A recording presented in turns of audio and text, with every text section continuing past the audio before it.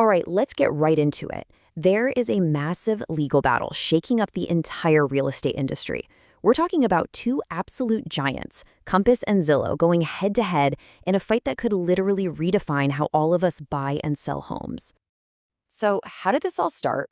Well, it all kicked off when Zillow, the giant property search portal everyone uses, announced a new rule. And that one rule put it on a direct collision course with Compass, which just so happens to be the biggest real estate brokerage in the entire country. This isn't just some simple corporate disagreement. This is a fundamental clash over who controls the market. Okay, so to really understand what this fight is all about, we have to get to the very heart of the conflict. And it all centers on a very specific and very strategic kind of property listing. You see, Compass has built a huge part of its business around this strategy they call three-phased marketing. Now, what is that? Well, it's basically a form of private listing. It gives their agents an exclusive window, a head start, to market and sell a home before it ever hits those main public feeds that everyone else is watching. It's their secret sauce, their competitive edge. But then, Zillow dropped a bombshell. Back in June, they started enforcing these new listing access standards. And these new rules, they effectively ban those exact types of private listings from showing up on Zillow's massively popular platform. And that single move is what triggered Compass to turn around and sue. So let's break down how Compass is actually framing its argument in court. For them, this entire case boils down to one simple theme. It's about consumer choice versus Zillow's attempt to control everything. And listen, Compass came out swinging with some incredibly strong language.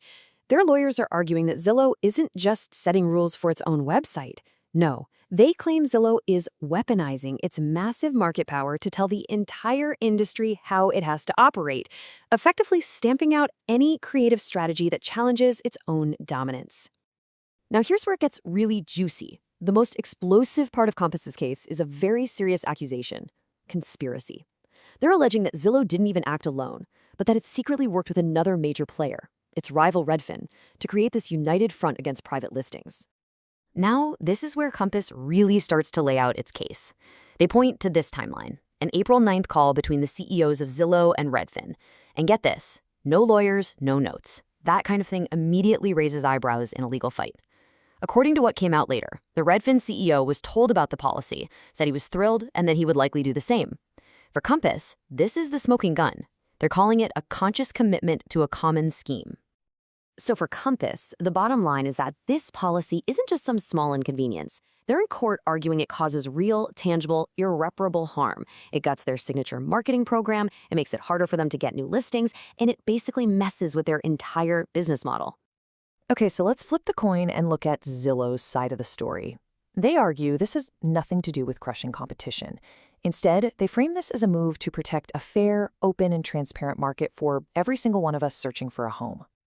So, what about that bombshell conspiracy claim? Well, Zillow's response is pretty straightforward. They say there was no secret backroom deal.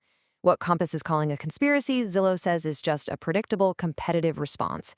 Simply two companies seeing the same problem in the market and reacting in a similar way. Totally normal. And on that claim of irreparable harm, Zillow's lawyers delivered this absolutely killer counterpoint. They basically said, wait a minute, how can you be suffering irreparable harm when you are simultaneously reporting the best financial results in your company's entire history? It's a pretty tough point to argue with. Zillow also says that what Compass is asking for is just wild. They argue Compass wants to have its cake and eat it too. They get to market a house exclusively to their own clients, and only then, after the listing is arguably stale, they want to force Zillow to feature it. From Zillow's perspective, Compass is asking the court to make Zillow pay to prop up its rival's business model. But it's not just about what these two companies are saying to each other. The judge in the case, Jeanette Vargas, had some really tough questions of her own, and she aimed a lot of them right at Compass. And you can really feel the judge's skepticism right here. She basically echoed Zillow's whole defense. She asked, where's the proof of an actual agreement? Isn't this just what competitors do? She was really pushing them to show her the evidence. She also poked a big hole in this idea that Zillow is controlling sellers. She pointed out something pretty obvious. Sellers still have a choice.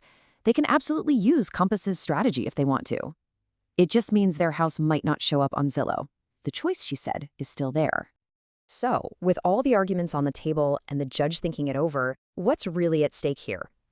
I mean, this decision could send massive ripple effects across the entire real estate market. Zillow painted a pretty grim picture of what they called a domino effect.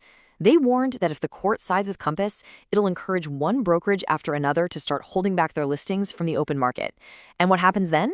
Well, they argue the market gets fragmented, buyers have fewer resources, and ultimately the whole experience of searching for a home just gets worse for everybody. The judge's decision is still pending, and it leaves us all with this massive critical question. When it comes down to it, who should get to write the rules for how real estate information flows?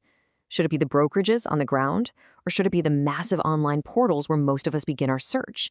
The answer is going to shape this industry for years to come.